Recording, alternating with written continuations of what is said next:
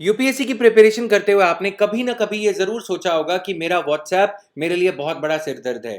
Facebook, Twitter, Telegram या फिर Instagram, हम इस एप्लीकेशन की एज में हैं। मोबाइल ऐप्स एक तरफ हमें हमारी पढ़ाई में हेल्प करती हैं, दूसरी तरफ यही सबसे बड़ा हमारा डिस्ट्रैक्शन बन के सामने आ रही हैं।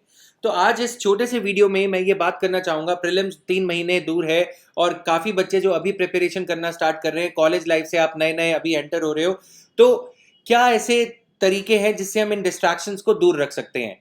तो ये फ़ोन ज़रूरी भी है, इंटरनेट ब्राउजिंग हमारी हेल्प भी करती है, Google, it helps us Google out everything. But दिक्कत क्या है कि जब आप यूपीएससी की प्रिपरेशन कर रहे होते हो तो you have to draw a fine line between what is required and what is not required. For example Telegram, आप काफ़ी सारे व्हाट्सएप टेलीग्राम ग्रुप्स पे रहते हो जो कि आपको स्टडी मटेरियल के लिए हेल्प करते हैं, बट क्या अभी कभी आपने सोचा है कि उतना सारा स्टडी मटेरियल ज़रूरत है? कहीं ये अपने आप पे सेल्फ इन्फ्लेक्टेड फियर साइकोसिस नहीं है? अपने ऊपर सेल्फ इम्पोज्ड पेन, उस मटेरियल को getting hold of that latest book by some institute which claims to have given the toppers in last few years। मेरे हिसाब से आपके पास एक CDMA फोन होना चाहिए जब आप यूपीएससी की प्रिपरेशन कर रहे हो। मैं जब यूपीएससी की प्रिपरेशन कर रहा था, स्मार्टफोन का टाइम आपका 15-20 मिनट होना चाहिए, या फिर ये जो फोन है ना, ये नंबर आपका ऐसा होना चाहिए जो सिर्फ आपके घर वालों के पास है, बस हाल खबर जिंदा हो ये बता दिया, दैट्स इट। स्मार्टफोन की जरूरत आपको पैसे, यूपीआई, ये सब करने के लिए जरूरत पड़ती है, नो डाउट अबाउट इट, लेकिन दिन के 15-20 मिनट, उसके बियॉन्ड नहीं। क्योंकि जब आप यूपीएससी की प्रिपरेशन कर रहे हो तो आप चाहोगे कि आपका ये जो टेन्योर ऑफ प्रिपरेशन है 5 साल योजना नहीं बन जाए। 3 साल, इतना ज्यादा टाइम आप इसमें नहीं दे रहे हो, राइट? आप चाहोगे कि इसे जल्दी से जल्दी 1 या 2, मैक्सिमम 3 ईयर्स में आप इसे वाइंड अप कर दो, राइट? अगर आप अपने उन फ्रेंड्स के स्टेटस चेक कर रहे हो जिनकी जॉब लग गई, जिनका आपसे अब कोई लेना देना है या नहीं है, कॉलेज में बहुत अच्छे दोस्त थे लेकिन आपके रास्ते अलग अलग हो गए, उनको स्टॉक करके आपको क्या मिल जाएगा? क्या आपकी पढ़ाई आसान हो जाएगी, या आपको नेगेटिव मोटिवेशन मिल रही है कि आपको लगता है कि मैं भी पढ़ लूँ, सिलेक्ट होके जाऊंगा तो साले को बताऊंगा? Yes, this is an other tendency, right? मैं बहुत ही सिंपल वे में बात करूंगा, जिससे जो कि आप माइंड में सेल्फ टॉक करते रहते हो उस भाषा में। एक्स को चेक कर रहे हो, ये भी हो रहा होगा, या वाई को चेक कर रहे हो जो कभी कॉलेज में था या थी। ये सब चीजें आपको नहीं हेल्प करेंगी। ये तो ग्रॉसली अनप्रोडक्टिव एप्लीकेशंस की बात हो गई जिनकी आपको जरूरत नहीं है, जिनकी आपको बिल्कुल जरूरत नहीं है। अब अगर हम टेलीग्राम की भी बात करें, मैंने आपको बताया कि टेलीग्राम पे ठीक है, आप अपने इंस्टीट्यूट के अपडेट्स देख रहे हो या कुछ आप स्टेटस चेक कर रहे हो, टेलीग्राम पे कुछ मटेरियल है या नहीं, उसका भी एक डेजिग्नेटेड टाइम होना चाहिए, राइट? हम उन बच्चों की बात कर रहे हैं जो थोड़ा सा एक वेवलेंथ पे आ गए हैं, प्रिपरेशन को उन्होंने पकड़ लिया है, बुक्स उन्हें पता है, एनसीईआरटीज वो पढ़ रहे हैं, न्यूज़पेपर से वो रेगुलर हैं। अब दूसरी दिक्कत आती है जिसको हम कहने को अपने आप को सेटिस्फाई करते हैं कि हम पढ़ रहे हैं, लेकिन कर क्या रहे होते हैं हम? कोई भी पीस ऑफ इंफॉर्मेशन न्यूज़पेपर पे पढ़ा, न्यूज़पेपर रीड करना स्टार्ट किया और आपको एक वर्ड मिल गया जिसका आपको मीनिंग नहीं आता, आप लगे उसे गूगल करने। क्या इसका फायदा है? नहीं। उस वर्ड को एक A4 शीट पे, जो भी आपके डाउट्स आते हैं न्यूज़पेपर या कोई भी टेक्स्ट पढ़ते हुए, उस पे लिख लो कि इंटरनेट पे मैं ये शाम को सर्च करूंगा 6 बजे, 7 बजे, रात को सोने से पहले 9 बजे, 10 बजे, जब भी। उस वर्ड को, उसके मीनिंग को, सारी चीज को। शुरुआती दौर में ऐसा होगा कि आपको बहुत सारे वर्ड्स नहीं आते होंगे न्यूज़पेपर पे, तो ऐसे केस में क्या करना है? ऑक्सफोर्ड की 150-200 रुपए की आपकी पॉकेट डिक्शनरी आती है, उसको साथ में रखो, और वो भी ज्यादा देर नहीं। जब तक आप अपने हेल्पिंग वर्ब से, सराउंडिंग वर्ड से मीनिंग नहीं बना लेते न्यूज़पेपर के वर्ड्स का, till then it is enough, तब तक के लिए ठीक है। उसके बाद एक स्टेज ऐसी आ जाएगी कि आपको डिक्शनरी की भी जरूरत नहीं पड़ेगी, वही वर्ड हर न्यूज़पेपर बार बार रिपीट करता है। फिर आती है चीज कि ये क्या दे रखा है न्यूज़पेपर में, मैं उसको पढ़ लूं, कि न्यूज़पेपर में ये चीज क्या दे रखी है, मैं उसको पढ़ लूं। अब यहां पे आपको थोड़ा सा एक फाइन लाइन ड्रॉ करनी होगी कि क्या मेरे को ये चीज पढ़ने की जरूरत है या नहीं। क्या अभी गूगल आउट करना जरूरी है?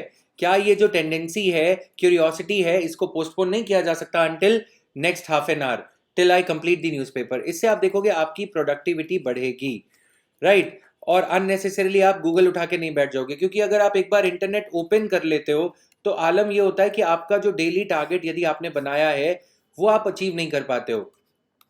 डेली टारगेट आपका धरा का धरा रह जाता है। तो इसलिए बेटर ये है कि आप पहले सुबह डेली टारगेट बनाएं और इंटरनेट पे जो भी चीज़ें आपको सर्च करनी है, ज़रूरी है इंटरनेट प्रिपरेशन में, हम नहीं कह रहे कि ज़रूरी नहीं है।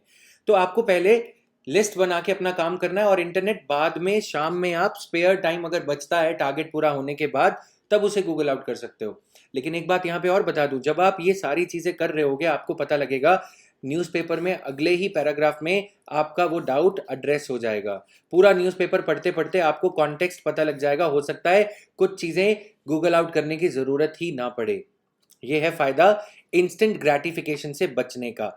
दूसरी चीज़ आती है ओल्ड राजेंद्र नगर में या यूपीएससी के जो भी हब्स हैं वहां पे जब आप पढ़ने जाते हो तो आप कोई नया मीत बना लेते हो, मन का मीत बन जाता है, राइट। फिर आप उसके साथ दोस्ती करते हो और आप देखते हो कि आपकी जो पढ़ाई है, जो अच्छे बच्चे हैं उनकी भी मैं बात करूं, वो पॉलिटिकल कॉन्वर्सेशंस में, चाय पे चर्चा में बदलती चली जा रही है। आपके चाय के या कॉफ़ी के कप बढ़ते चले जाते हैं। ये सबके साथ होता है, तो ये टेंडेंसी आपको अवॉइड करनी है। लाइब्रेरी में जब सिटिंग देने जाते हो तो एक टारगेट लेके जाओ कि मैं इतनी देर पहले पढ़ूंगा, उसके बाद मैं नेक्स्ट ट्रीट अपने आप को दूंगा। वो ट्रीट चाहे चॉकलेट हो, चाहे टी हो, चाहे कॉफ़ी हो, वट।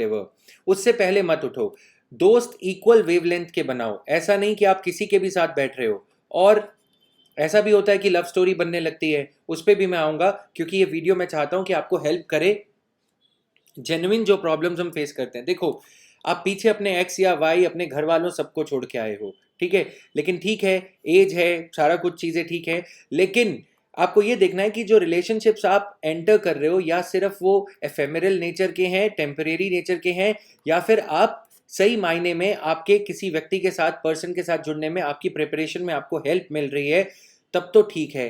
टाइम पास के लिए यहाँ पे आप सारा कुछ छोड़ के आए हो, आपकी एक अपॉर्चुनिटी कॉस्ट है। ये वो एज है जहाँ पे आप अपना पूरा करियर, पूरी जिंदगी, डायरेक्शन उसकी तय कर रहे हो, तो ये आपको खुद जज करना होगा। और unnecessarily political talks, prime minister ने ये पॉलिसी बनाई, वो पॉलिसी बनाई, वो करने की ज़रूरत नहीं है। ये वो है जिनको हम प्रोडक्टिव स्टूडेंट्स कह रहे हैं। वो प्रोडक्टिव स्टूडेंट्स भी कॉन्शियसली अनकॉन्शियसली इन चीज़ों में घुस जाते हैं, राइट। बार बार लाइब्रेरी से घर आना, ये सब माइंड में जो ये सारा कुछ चलता रहता है कि मैं पहले कुछ खा के आता हूँ, मेरी वो बुक घर पे रह गई, ये सारी चीज़ें मत करो। जो चीज़ लेके जानी है उसकी लिस्ट पहले बनाओ, टाइम टेबल बना के लाइब्रेरी जाओ। अदरवाइज लाइब्रेरी जाओगे ज़रूर, आओगे ज़रूर, लेकिन मुल्ला की दौड़ मस्जिद तक हो जाएगी, वही वाला काम आपको नहीं करना। दूसरी चीज़, काफ़ी बच्चे आप देखते हो, दो तरह के स्टूडेंट्स होते हैं, एक इकोनॉमिक सेटिस्फैक्शन करते हैं और दूसरा मॉरल सेटिस्फैक्शन। इकोनॉमिक सेटिस्फैक्शन ये है, they would by the latest book on the book shelf of a book store. KBC पे आप जाओगे, सबसे नई जो किताब आई है, जो कवर पेज एकदम किसी ने नहीं लिया, वो भी ये उठा के लाएंगे। आप इनके रूम में जाओगे, आपको सारी बुक्स मिल जाएंगी।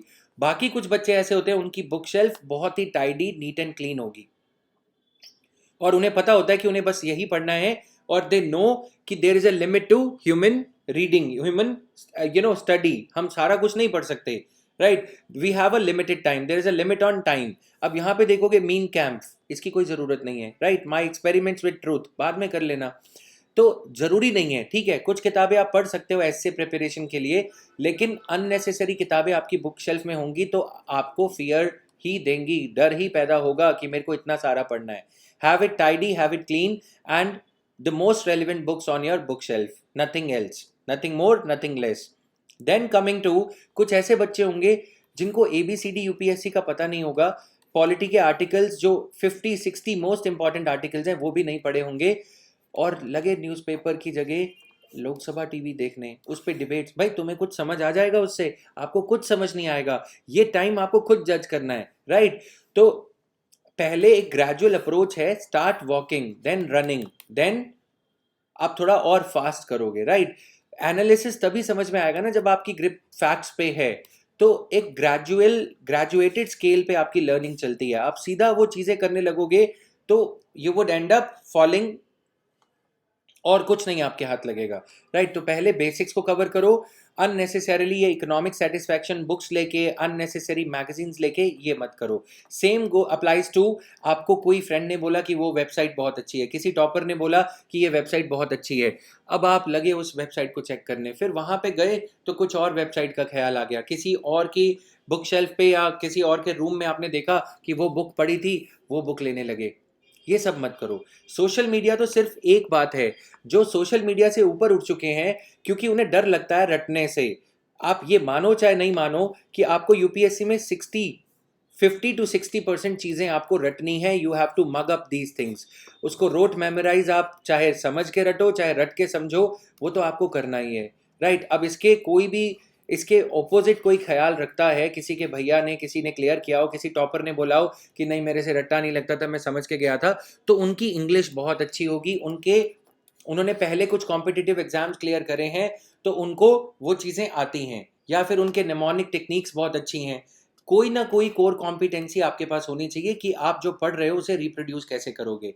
इससे बचने के लिए काफ़ी बच्चे क्या करते हैं, दिन भर करंट अफेयर्स पढ़ते रहेंगे, कोई फायदा नहीं है ना। एक न्यूज़पेपर डेली 1 से 1.5 घंटा अगर आप मैगजीन को दे रहे हो, दैट इज इनफ।